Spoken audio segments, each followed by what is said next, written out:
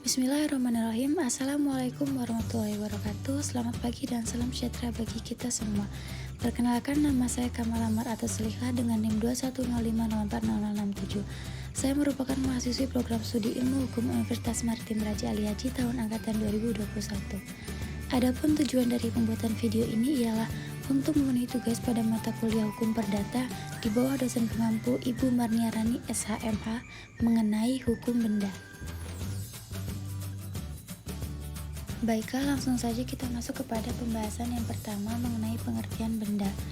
Menurut pasal 499 KUH Perdata, pengertian benda atau zat adalah segala sesuatu yang dapat menjadi objek hak milik. Yang dapat menjadi objek hak milik dapat berupa barang dan dapat pula berupa hak seperti hak cipta, hak paten, dan lain-lain. Namun pengertian benda yang dimaksud oleh KUH Perdata adalah benda berwujud seperti kendaraan bermotor, tanah, dan lain-lain. Sedangkan benda tak berwujud seperti hak cipta, hak paten tidak diatur oleh KUH Perdata, melainkan diatur dalam undang-undang tersendiri, yaitu Undang-Undang Perlindungan HKI, Hak Atas Kekayaan Intelektual. Menurut Profesor Subekti, perkataan benda atau zat dalam arti luas ialah segala sesuatu yang dapat dihaki oleh orang, dan perkataan dalam arti sempit ialah sebagai barang yang dapat terlihat saja. Menurut Profesor L.J. van Apeldoorn, benda dalam arti yuridis ialah sesuatu yang merupakan objek hukum. Hakikat benda atau zat adalah sesuatu hakikat yang diberikan oleh hukum objektif, menurut PNH Simanjuntak. Jadi, di dalam KUH Perdata, kata zat mempunyai dua arti, yaitu barang berwujud dan bagian daripada harta kekayaan. Yang termasuk zat selain daripada barang yang berwujud, juga beberapa hak tertentu sebagai barang yang tak berwujud. Selain pengertian tersebut, benda dapat berarti bermacam-macam, yaitu A. Benda sebagai objek hukum, B. Benda sebagai kepentingan, C. Benda sebagai kenyataan hukum, dan D. Benda sebagai perbuatan hukum. Selanjutnya, pengertian hukum benda. Hukum benda adalah terjemahan dari istilah bahasa Belanda, yaitu zakenrecht. Menurut Profesor Sudiman Kanto Hadiprodjo, hukum kebendaan ialah semua kaidah hukum yang mengatur apa yang diartikan dengan benda dan mengatur hak-hak atas benda. Adapun menurut Profesor L.J. Apeldoorn, hukum kebendaan adalah peraturan mengenai hak-hak kebendaan. Menurut Profesor Sri Sudewi Mason Sofwan, yang diatur dalam hukum benda ialah pertama-tama mengatur pengertian dari benda, kemudian pembedaan macam-macam benda, dan selanjutnya bagian yang terbesar mengatur mengenai macam-macam hak kebendaan. Jadi, hukum benda adalah peraturan-peraturan hukum yang mengatur mengenai hak-hak kebendaan yang sifatnya mutlak. PNH Simanjuntak 2015-177. Sistem pengaturan hukum benda adalah sistem tertutup, artinya orang tidak dapat mengadakan hak-hak kebendaan baru selain yang sudah ditetapkan dalam undang-undang. Jadi hanya dapat mengadakan hak kebendaan terbatas pada yang sudah ditetapkan dalam undang-undang saja, menurut Sri Sudewi Mason Sofwan. Hal ini berlawanan dengan sistem hukum perikatan, di mana hukum perikatan mengenal sistem terbuka. Artinya, orang dapat mengadakan perikatan ataupun perjanjian mengenai apapun juga, baik yang sudah ada aturannya dalam undang-undang maupun yang belum ada peraturannya sama sekali. Jadi, siapapun boleh mengadakan suatu perikatan atau perjanjian mengenai apapun juga. Dengan demikian, hukum perikatan mengenal asas kebebasan berkontrak. Namun demikian, berlakunya asas kebebasan berkontrak ini dibatasi oleh Undang-Undang Kesusilaan dan Ketertiban Umum. Macam-macam benda. Undang-undang membagi benda menjadi beberapa macam, yaitu 1.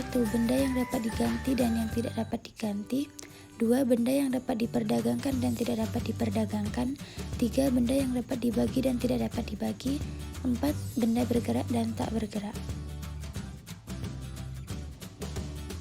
Dari pembagian macam-macam benda yang telah disebutkan di atas, yang paling penting ialah pembagian benda bergerak dan benda tidak bergerak, sebab pembagian ini mempunyai akibat yang sangat penting dalam hukum.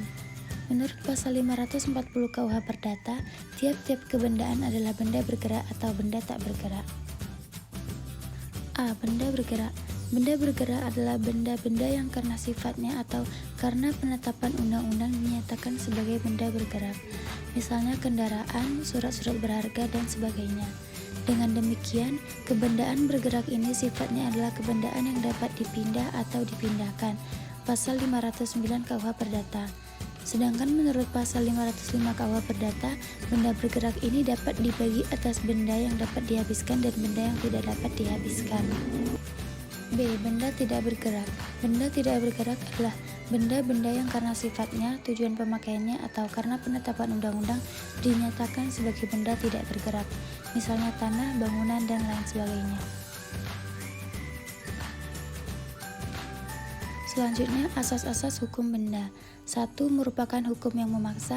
2. Dapat dipindahkan. 3. Asas individualitas. 4. Asas totalitas. 5. Asas tidak dapat dipisahkan. 6. Asas prioritas. 7. Asas percampuran. 8. Asas perlakuan yang berlainan terhadap benda bergerak dan benda tak bergerak. 9. Asas publisitas. Dan 10. Sifat perjanjian.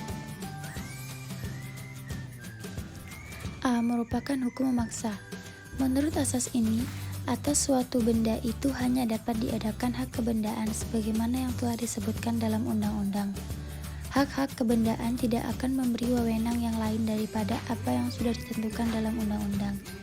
Dengan kata lain, kehendak para pihak tidak dapat memengaruhi isi hak kebendaan. Jadi, berlakunya aturan-aturan itu tidak dapat disimpangi oleh para pihak. B. Dapat dipindahkan. Menurut asas ini, semua hak kebendaan dapat dipindah tangankan, kecuali hak pakai dan hak mendiami. Jadi, orang yang berhak tidak dapat menentukan bahwa tidak dapat dipindah tangankan. Namun, orang yang berhak juga dapat menyanggupi bahwa ia tidak akan memperlainkan barangnya. Akan tetapi, berlakunya itu dibatasi oleh pasal 1337 KUH Perdata, yaitu tidak berlaku jika tujuannya bertentangan dengan kesusilaan. C. Asas individualitas. Menurut asas ini, objek dari hak kebendaan adalah suatu barang yang dapat ditentukan. Artinya, orang hanya dapat sebagai pemilik dari barang yang berwujud yang merupakan kesatuan, rumah, mebel, ataupun hewan. Jadi, orang tidak dapat mempunyai hak kebendaan di atas barang yang ditentukan jenis dan jumlahnya. D. Asas totalitas. Menurut asas ini, hak kebendaan selalu melekat atas keseluruhan daripada objeknya. Dengan kata lain, bahwa siapa yang mempunyai hak kebendaan atas suatu barang, ia mempunyai hak kebendaan itu atas keseluruhan barang itu, dan juga atas bagian-bagiannya yang tidak tersendiri. Jadi, jika suatu benda sudah terlebur dalam benda lain, maka hak kebendaan atas benda yang pertama menjadi lenyap. E. Asas tidak dapat dipisahkan. Menurut asas ini, pemilik tidak dapat memindahtangankan sebagian daripada wewenang yang termasuk suatu hak kebendaan yang ada padanya, misalnya pemilik. Jadi, pemisahan daripada hak kebendaan itu tidak diperkenankan. Namun, pemilik dapat membebani hak miliknya dengan iura in re aliena, yaitu pembebasan hak atas benda orang lain. Ini kelihatannya seperti melepaskan sebagian dari wewenangnya, tetapi hak miliknya tetaplah utuh. F. Asas prioritas. Menurut asas ini, semua hak kebendaan memberikan wewenang yang sejenis dengan wewenang-wewenang dari eigendom, sekalipun luasnya berbeda-beda. Oleh karena itu, perlu diatur urutannya. Iura in realina, melekat sebagai beban atas eigendom. Sifat ini membawa serta bahwa iura in realina didahulukan. G. Asas percampuran. Menurut asas ini, hak kebendaan terbatas wewenangnya. Jadi, hanya mungkin atas benda orang lain dan tidak mungkin atas hak miliknya sendiri. Tidak dapat orang itu untuk kepentingannya sendiri memperoleh hak gadai, hak memungut hasil atas barangnya sendiri. Jika hak yang membebani dan yang dibebani itu terkumpul dalam satu tangan, maka hak yang membebani itu menjadi lenyap. Asas perlakuan yang berlainan terhadap benda bergerak dan benda tak bergerak. Asas ini berhubungan dengan penyerahan, pembebanan, basic, dan fejaring mengenai benda-benda bergerak dan tak bergerak berlainan. Demikian juga mengenai iura in realina yang dapat diadakan. Untuk benda bergerak, hak kebendaan yang dapat diadakan adalah hak gadai dan hak memungut hasil. Sedangkan untuk benda tak bergerak adalah erbpurge, postal, frugeburt, hipotek, dan servitude. I. Asas publisitas. Menurut asas ini, benda-benda yang tidak bergerak mengenai penyerahan dan pembebanannya berlaku kewajiban untuk didaftarkan dalam daftar umum. Adapun mengenai benda yang bergerak, cukup dengan penyerahan nyata tanpa pendaftaran dalam register umum. J. Sifat perjanjian. Orang mengadakan hak kebendaan, misalnya mengadakan hak memungut hasil, gadai, hipotek, dan lain-lain. Itu sebenarnya mengadakan perjanjian. Sifat perjanjiannya di sini merupakan perjanjian yang zaklich, yaitu perjanjian untuk mengadakan hak kebendaan. Perjanjian yang zaklich mengandung pengertian bahwa dengan selesainya perjanjian maka tujuan pokok dari perjanjian itu sudah tercapai, yaitu adanya hak kebendaan. Hak kebendaan. Hak kebendaan adalah suatu hak mutlak yang memberikan kekuasaan langsung atas suatu benda yang dapat dipertahankan setiap orang dan mempunyai sifat melekat. Hak kebendaan dapat dibedakan menjadi dua macam, yaitu satu, hak menikmati seperti hak milik, bezit, hak memungut hasil, hak pakai dan mendiami. Dua, hak memberi jaminan seperti hak gadai, fidusia, hak tanggungan, hipotek, dan sistem resi gudang. Ilmu hukum dan peraturan perundang-undangan telah lama membagi segala hak-hak manusia atas hak-hak kebendaan dan hak-hak perorangan. 1. Suatu hak kebendaan memberikan kekuasaan atas suatu benda, sedangkan suatu hak perorangan atau personal rights memberikan suatu tuntutan atau penagihan terhadap seseorang. 2. Suatu hak kebendaan dapat dipertahankan terhadap setiap orang yang melanggar hak itu, sedangkan hak perorangan hanyalah dapat dipertahankan terhadap sementara orang tertentu saja atau terhadap sesuatu pihak. Hak penuntutan dapat dibagi menjadi dua macam. A. Actions in rem atau penuntutan kebendaan. B. Actions in personam atau penuntutan perorangan. Macam-macam hak kebendaan. Hak kebendaan yang memberikan kenikmatan. 1. Hak milik. 2. Bezit. 3. Hak memungut hasil. Dan 4. Hak pakai dan mendiami. Hak kebendaan yang bersifat memberi jaminan. 1. Gadai. 2. Fidusia. 3. Hipotek. 4. Hak tanggungan. Dan yang kelima sistem resi gudang. Buku 2 KUH Perdata juga mengatur hak-hak lain yang bukan merupakan hak kebendaan, tetapi mempunyai persamaan dengan hak kebendaan karena memberikan jaminan, seperti privilege, hak istimewa, hak retensi, dan hak reklame. Hak kebendaan menurut Undang-Undang Pokok Agraria. Menurut pasal 16 UU PA, Undang-Undang Nomor 5 Tahun 1960, hak-hak atas tanah adalah 1. Hak milik adalah hak turun-temurun, terkuat dan terpenuh yang dapat dipunyai orang atas tanah, dengan mengingat semua hak atas tanah mempunyai fungsi sosial. 2. Hak guna usaha adalah hak untuk mengusahakan tanah yang dikuasai oleh negara dalam jangka waktu paling lama 25 tahun, guna perusahaan pertanian, perikanan, atau peternakan. Hak guna bangunan adalah hak untuk mendirikan dan mempunyai bangunan-bangunan atas tanah yang bukan miliknya sendiri dengan jangka waktu paling lama 30 tahun.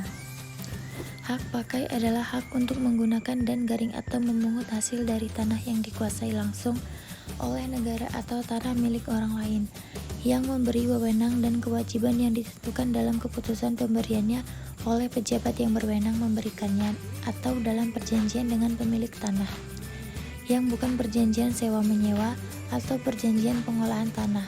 Segala sesuatu asal tidak bertentangan dengan jiwa dan ketentuan-ketentuan undang-undang ini. 5. Hak sewa untuk bangunan adalah hak seseorang atau suatu badan hukum mempergunakan tanah milik orang lain untuk keperluan bangunan dengan membayar kepada pemiliknya sejumlah uang sebagai sewa.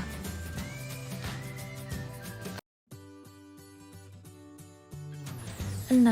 Hak membuka hutan dan memungut hasil hutan adalah hak membuka tanah dan memungut hasil hutan yang hanya dapat dipunyai oleh warga negara Indonesia dengan mempergunakan hak memungut hasil hutan secara sah, tidak dengan sendirinya diperoleh hak milik atas tanah itu. 7. Hak guna air. Pemeliharaan dan penangkapan ikan adalah hak memperoleh air untuk keperluan tertentu dan garing atau mengalirkan air itu di atas tanah orang lain. Hak guna ruang angkasa adalah hak untuk mempergunakan tenaga dan unsur-unsur dalam ruang angkasa guna usaha-usaha memelihara dan memperkembangkan kesuburan bumi, air, serta kekayaan alam yang terkandung di dalamnya dan hal-hal lainnya yang bersangkutan dengan itu. 9. Hak-hak tanah untuk keperluan suci dan sosial adalah hak milik tanah badan-badan keagamaan dan sosial sepanjang dipergunakan untuk usaha dalam bidang keagamaan dan sosial diakui dan dilindungi. Badan-badan tersebut dijamin pula akan memperoleh tanah yang cukup untuk bangunan dan usahanya dalam bidang keagamaan dan sosial. Pasal 49 ayat 1 UU PA. Baiklah, sekian yang dapat saya sampaikan. Semoga dapat bermanfaat bagi kita semua. Saya mohon maaf atas segala kesalahan dan kekurangan. Saya akhiri dengan wassalamualaikum warahmatullahi wabarakatuh dan selamat pagi.